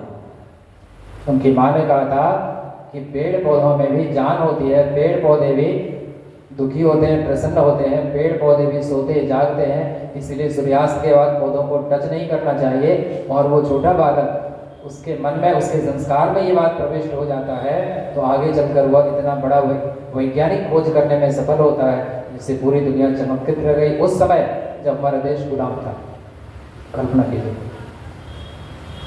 परिवार एक व्यायामशाला है, परिवार एक व्यायामशाला है जिसमें व्यक्तित्व के परिष्कार से संबंधित, व्यक्तित्व को प्रखर और प्रचंड बनाने हेतु जो शुभ गुण हैं, जीवनस्योपयुक्तानि वैशिष्ट्यानि समभ्यसन, यानी जीवन के लिए उपयुक्त जो आचरण है उसका अभ्यास किया जाता है इसमें। इसलिए परिवार व्यायामशाला है।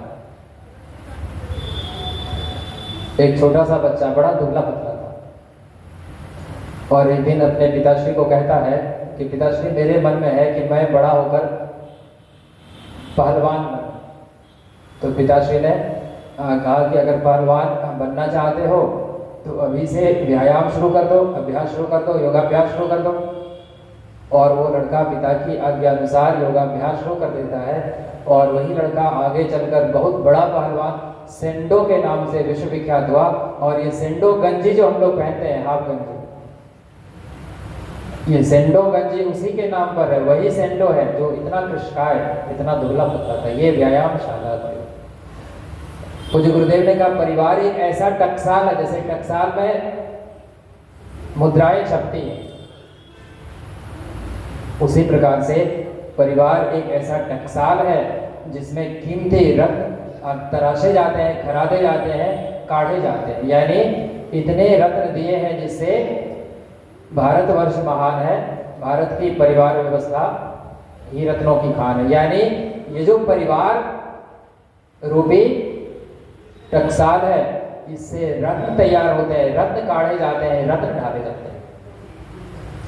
और आगे महर्षि धौमी ने बताने की कृपा की कि परिवारजनों ध्यान से सुनो, परिवार को अगर सुखी समुन्नत करना चाहते हो तो कुछ महत्वपूर्ण सूत्रों को हृदयंगम कर लो। और उसमें एक सबसे महत्वपूर्ण सूत्र जो उन्होंने बताया, वो सूत्र बताया सीमिता परिवार स्यात् संख्या स्वल्पैव संतते, सीमिता परिवार स्यात् संख्या स्वल्पैव संतते सुखदा हानियो संख्या बहु प्रजनन उद्भव। कितनी ऊंची बात है।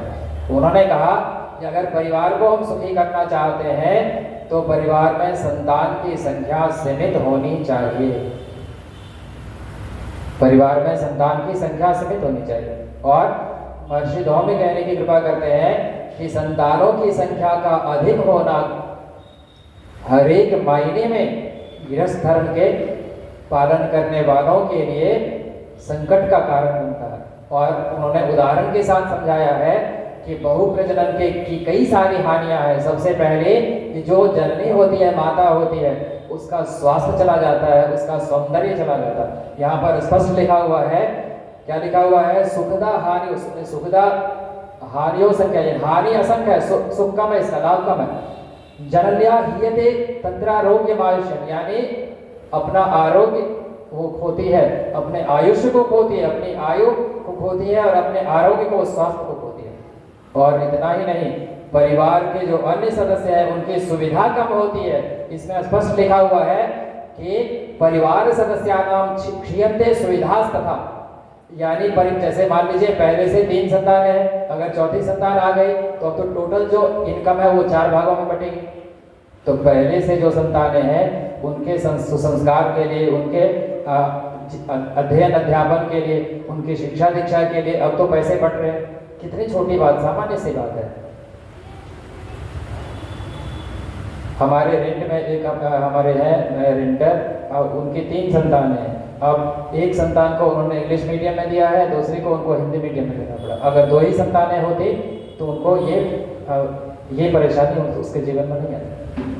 तो महर्षि धौमी कहने की कृपा करते हैं कि अगर परिवार में बच्चों की संख्या बढ़ेगी तो पहले से जो बच्चे आ चुके हैं परिवार में, या पहले से जो परिवार के सदस्यगण हैं, उनकी सुविधा कमेगी। और इतना ही नहीं, जो परिवार के संचालक हैं, कुटुंब के संचालक हैं, उसको कोल्हू के बैल की तरह से दिन रात परिश्रम करना पड़ेगा। देखिए गुरुदेव ने श्लोक कितना सुंदर, संचालका कुटुंबस्य तैल यंत्र वृषो यथा, संचालका कुटुंबस्य तैल यंत्र वृषो यथा। तैल यंत्र का मतलब होता है तेल निकालने वाला यंत्र, और वृष मन होता है बैल, यानी जो तेल निकालने वाला जो कल्लू होता है, पहले होता था तो मशीन आ गया, उस बैल के तरह से उसको परिवार के संचालक को नित्य प्रति घूमना पड़ता। और इतना ही नहीं, उसको उद्विग्न होना पड़ता है। और इतना ही नहीं, उसको विवेक को छोड़कर, नीति अनीति का ज्ञान छोड़कर, किसी भी तरीके से अधिक से अधिक धन उपार्जन हम कैसे करें, ये तक करना पड़ता है। कितनी ऊंची बात है, कितनी साधारण पर सारगर। यानी परिवार के जो संचालक है उसका लोड बढ़ गया, अब उसको कल्लू के बैल के तरह से रात दिन मेहनत करना पड़ेगा। और रात दिन मेहनत ही नहीं करना पड़ेगा, विवेक का त्याग करके, नीति अनीति का विचार छोड़ करके, त्याग करके, उनको जिस भी किसी तरीके से धन उपार्जन करना ही पड़ेगा, क्योंकि उनको परिवार का भरण पोषण करना। और पूज्य गुरुदेव लिखते हैं कि इतना ही नहीं, किसी भी समाज को आगे बढ़ाने के लिए, समाज को सुव्यवस्थित करने के लिए, समाज के उत्थान के लिए, समाज के कल्याण के लिए, कम से कम, ये अंतर्राष्ट्रीय रिसर्च के आधार पर गुरुदेव ने लिखा, इंटरनेशनल रिसर्च ये कहती है कि किसी भी समाज को ऊंचा उठाने के लिए कम से कम उस समाज के 5% लोगों को समाज सेवा करनी चाहिए। 5% कम से कम, यानी 100 में 5 लोक कल्याण का कोई ना कोई कार्य अपने हाथ में। और पूज्य गुरुदेव ने लिखा है कि बड़े आश्चर्य की बात है, बड़े खुशी की बात है कि 10% लोग, 9.6% लिखा हुआ परिवार खंड में, आप लोग पढ़ेंगे कि 9.6% जो लोग हैं, ये तो उस समय जिसमें गुरुदेव लिखे थे उस समय का आंकड़ा है, अब तो वो आंकड़ा पता नहीं क्या हुआ होगा। 9.6% जो ग्रस्त हैं वो समाज के लिए कुछ ना कुछ करने का तीव्र भाव अपने भीतर महसूस करते हैं, पर वो कर नहीं सकते हैं, क्योंकि परिवार उनका इतना बड़ा है, दायित्व इतना बड़ा है कि उनकी शक्ति, उनकी सामर्थ्य, उनका धन, उनका समय सब उसी में खर्च हो जाता है, वो समाज सेवा के लिए समय नहीं निकाल पाते। और गुरुदेव आगे लिखते हैं कि रिटायरमेंट के बाद भी आज 67% जो हमारे गृहस्थ हैं वह फिर से कोई ना कोई धंधा, कोई ना कोई जॉब, कोई ना कोई पद स्वीकार कर लेते हैं इस दायित्व को पूरा करने के लिए, और समाज सेवा के लिए समय नहीं निकल पाता। कितनी दुखद बात है। रिटायरमेंट लेने के बाद भी 67%, यानी 100 में से 67 हमारे जो भाई बहन हैं उनको दोबारा कोई ना कोई दायित्व, यानी कोई ना कोई ऑफिस या कोई ना कोई धंधा या कोई ना कोई नौकरी ज्वाइन करनी पड़ रही है, और इसीलिए समाज सेवियों का अकाल पड़ रहा है। हम लोग कल्पना करें कि केवल गायत्री परिवार के सभी परिजन भी अगर आ जाते तो यहाँ पर पैर रखने की भी जगह रहती क्या? नहीं रहती। क्यों नहीं है? जरूर कोई ना कोई परेशानी रहेगी। ऐसा नहीं है कि सब लोगों के भीतर उपेक्षा का भाव भी रहा होगा। कई सारे लोग परिस्थितिवश नहीं आए होंगे।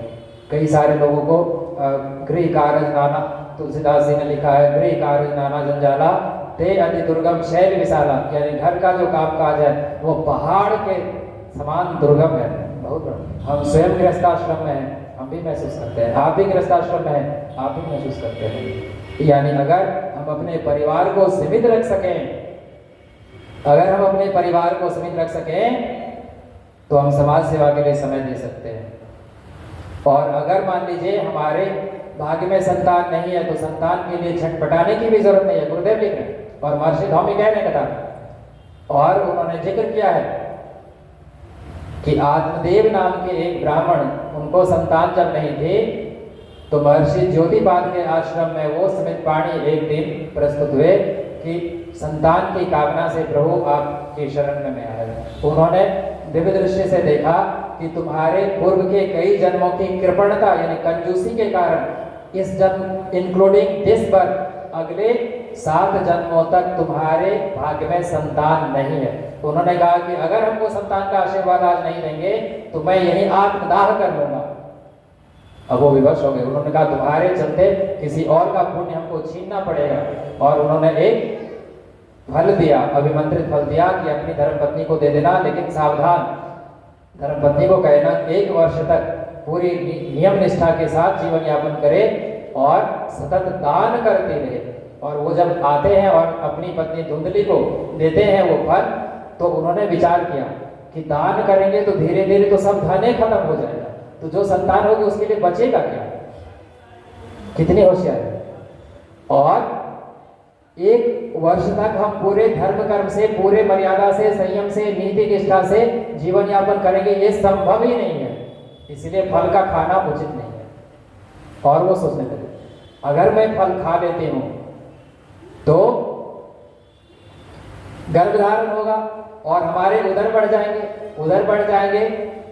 तरह तरह का मेडिकल कॉम्प्लिकेशंस होगा, मैं अशक्त हो जाऊंगी, ठीक से खाना पीना नहीं खा सकूंगी, कमजोर हो जाऊंगी, घर गृहस्थी संभाल नहीं सकूंगी, हमारी जो आमदनी है वो घट जाएगी।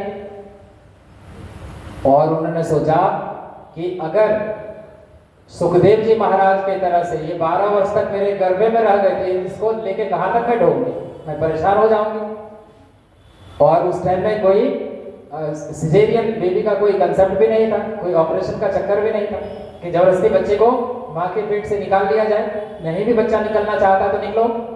सुखदेव जी को जब व्यास जी कहते थे कि निकलो, तो उन्होंने कहा कि मैं नहीं निकलूंगा, मैंने 84 लाख के चक्र का अनुभव कर लिया है, बहुत झंझट है बाहर, आप स्वयं समझते हैं, हमको डिस्टर्ब मत कीजिए, मैं ठीक हूँ, भगवान के ध्यान में। 12 वर्ष के बाद उनका जन्म हुआ, कथा आप लोग जानते हैं। उन्होंने सोचा, धुंधली ने, ये देखे दुर्बुद्धि, इसी का नाम पूज्य गुरुदेव लिखते हैं कि ये जो आत्मदेव है ये हमारी आत्मा है और धुंधली क्या है, हमारी दुर्बुद्धि है। और जब वो सत्संग का प्रसाद, यानी जब हमारी आत्मा हमारी बुद्धि को देने का प्रयास करती है, तो वो तरह तरह का तर्क वितर्क करके उसको स्वीकार करने से मना कर देती, हमारी दुर्बुद्धि, हम स्वीकार नहीं करना चाहते। धुंधली ने सोचा कि अगर हमारे उदर बड़े हो जाएंगे और मान लीजिए कि डाकू आ गया गांव में, तो सब तो भाग जाएंगे, मैं तो दौड़ भी नहीं सकूंगी, तो मैं तो पकड़ी जाऊंगी, मारी जाऊंगी, बेमौत अकाल मृत्यु होगी। इतना ही नहीं सोचा, उन्होंने ये सोचा कि मान लीजिए डाकू नहीं भी आया, डाकू नहीं आया तो मान लीजिए गांव में आग लग जाए, गांव में आग लग जाएगा तो सब तो भागेगा, मैं कैसे भागूंगी। और इतना ही नहीं, मान लीजिए सब कुछ ठीक रहा, अगर गर्भ टेढ़ा हो गया तब तो बच्चे के जन्म के साथ ही हमारी मृत्यु सुनिश्चित है, वहां डॉक्टर अंजू हर्ष भी नहीं है। अब क्या उपाय? उन्होंने फल अपनी गोमाता को खिला दिया और दुष्परिणाम क्या हुआ? धुंधली भी बेमौत मारी गई, कुएं में डूबकर आत्महत्या की। और उनके पिता आत्मदेव भी जब आत्महत्या करने के लिए अपने पुत्र धुंधुकारी, जो धुंधली की बहन का बेटा था, जिसको वो अपना पुत्र समझते थे, धुंधुकारी के दुष्ट स्वभाव से,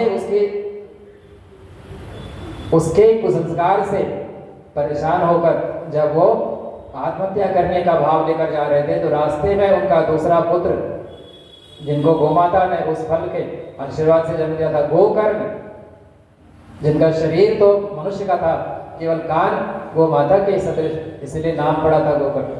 गोकर्ण जी रास्ते में गए, पिताजी पिताजी ठहरिए, कहाँ जा रहे? तो मैं आत्महत्या करने जा रहा हूँ पुत्र। क्यों? क्योंकि मेरे पुत्र धुंधकारी ने मेरा जीना हराम कर दिया। तुमने कहा क्या पिताजी, आप भी समझदारों की नासमझी करते हैं, ये भी आत्महत्या भी कोई करने का चीज है? आत्महत्या मत कीजिए, जीवन बड़ा कीमती है। तो मैं क्या करूं? तो उन्होंने उपदेश किया अपने पिताश्री को, उन्होंने उपदेश किया, क्या उपदेश किया? भजस धर्मम भजस सततम त्यज लोक धर्मान् सेवस्व साधु पुरुषान् जहि काम तृष्णाम अन्यस्य दोष गुण चिंतनमाशु त्यक्त्वा सेवा कथा रसमहो निद्राम पिबत्वम। भागवत, ये भागवत का श्लोक है। धर्मम भजस सततम, आप धर्म के आश्रय में पिताश्री जाइए। त्यज लोक धर्मान, लौकिक धर्म को, ये परिवार है, ये पुत्र है, ये वो है, ये उसको छोड़िए, टेंशन छोड़िए। सेवस्व साधु पुरुषान् जहि काम तृष्णाम, इस काम तृष्णा को छोड़कर सत्संग में जाए। सेवस्व साधु पुरुषान् जहि काम तृष्णाम अन्य से दोष गुण चिंतन माशु त्यक्त्वा, यानी दूसरों के गुण दोष का चिंतन छोड़िए कि बेटा खराब है, बेटी खराब है, पुतहु खराब है, बहू खराब है, ये टेंशन छोड़िए। अन्य से दोष गुण चिंतन माशु त्यक्त्वा सेवा कथा रस महो नित राम पिबत्वम। ये जो सेवा कथा, ये जो भक्ति रस है, सत्संग रस है, ये ज्ञान यज्ञ का जो रस है, इसका नित्य सेवन कीजिए पिताश्री, यही जीवन का सार है। और आत्मदेव ने आत्महत्या करने का विचार तत्काल त्याग कर वन की ओर प्रस्थान कर दिया। तो परिवार कोई जरूरी नहीं कि हमारी संतान हो, अगर हमारी कोई संतान नहीं है तो और सुविधा है, हम समाज की और बेहतर ढंग से सेवा कर सकते हैं। और अगर संतान है तो उसको सुसंस्कारित करने के लिए, उसकी शिक्षा दीक्षा की समुचित व्यवस्था के लिए जरूरी है कि उसकी संख्या सीमित हो। रामचरितमानस में गोस्वामी जी ने कितना सुंदर लिखा है, गाइए भाई सुन लीजिए। दुई सुत सुंदर सीता जाए, दुई सुत सुंदर सीता जाए, लव कुश वेद पुराण गाए, लव कुश वेद पुराण गाए। दुई दुई सुत सब रातन के, दुई दुई सुत सब रातन के, भय रूप गुणशील घने, भय रूप गुणशील घने। दुई सुत सुंदर सीता जाए, लव कुश भगवान के, और बाकी तीनों भाइयों के भी दो दो सुत, लवकुश वेद पुराण का। और वाल्मीकि जी ने जब रामायण महाकाव्य की रचना की तो रामायण महाकाव्य के सर्वप्रथम वक्ता कौन हुए? वाल्मीकि जी के द्वारा रचित, देवर्षि नारद जी की प्रेरणा से वाल्मीकि जी के द्वारा रचित रामायण महाकाव्य के प्रथम कथावाचक बनने का सौभाग्य किनको प्राप्त है? लवकुश को। अयोध्या वासियों को उन्होंने गा कर सुनाया। हम कथा सुनाते,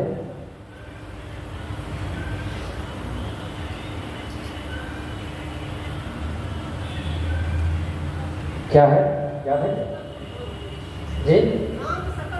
हाँ, हम कथा सुनाते राम सकल गुण धाम की। ये रामायण है, पुण्य कथा श्री राम। हम कथा सुनाते राम सकल गुण धाम की, ये रामायण है, पुण्य कथा श्री। तो उनके गुरुदेव ने जो काव्य लिखा, उनका गायन, उनका उस विद्या का प्रचार, उस कथा का संप्रेषण, उस कथा का प्रसाद बांटने का काम लवकुश ने किया। ये प्रज्ञा पुराण की कथा, श्रीमद् भागवत प्रज्ञा पुराण की कथा हम सबके आराध्य पूज्य गुरुदेव ने लिखी। तो हम पूज्य गुरुदेव के बेटे बेटी हैं। हमारा क्या धर्म होता है? हमारा ये धर्म होता है कि पूज्य गुरुदेव ने जो जिस पावन कथा का मंचन किया, जिस कथा की रचना की है, जिस कथा को प्रकट किया है, उस कथा का गायन उनके बच्चे, उनके शिष्य लोग करें, जगह जगह समाज में जाए, इस कथा प्रसाद को लेकर, इस कथा रस को लेकर समाज के बीच जाए, क्योंकि हमारे गुरुदेव का प्रसाद है। इसको बांटने के लिए हम लोग कर सकते। सत्संग से पूज्य गुरुदेव का तात्पर्य यही था प्रज्ञा पुराण से, कि पारिवारिक सत्संग की भूमिका बने, यानी हर एक परिवार में सत्संग की व्यवस्था हो, सत्साहित्य का स्वाध्याय हो, कोई एक जन उसको पढ़े और अन्य जन सुने। ये पारिवारिक सत्संग, पारिवारिक सत्संग बहुत महत्वपूर्ण है। अगर वर्ष में 2-4 दिन का सत्संग हो जाएगा, अगर हम कर लेते हैं तो इसे बात नहीं सकती है, हमारे जीवन की बुद्धि पहली नहीं सुलझती है। पारिवारिक सत्संग पर गुरुदेव ने जोर दिया और इसके लिए प्रज्ञा पुराण सर्वाधिक अचूक उपाय है। और इसीलिए गुरुदेव ने 18 पुराण के रहने के बावजूद एक युगानुकूल व्याख्या शाश्वत सिद्धांतों की इस प्रज्ञा पुराण के माध्यम से की, जिसका प्रसाद हम सब तक पहुंचा है। और हम उनके शिष्य हैं, अंग अवयव है। हमारा ये पुनीत कर्तव्य है, धर्म है कि हम इस प्रज्ञा पुराण की कथा को लेकर घर घर तक, जन जन तक जाएं। यहाँ पर तो हर एक दिन कथा का आयोजन संभव नहीं। ऐसे बहुत अगर आडंबर हम लोग नहीं करें तो अपने पास साउंड सिस्टम है।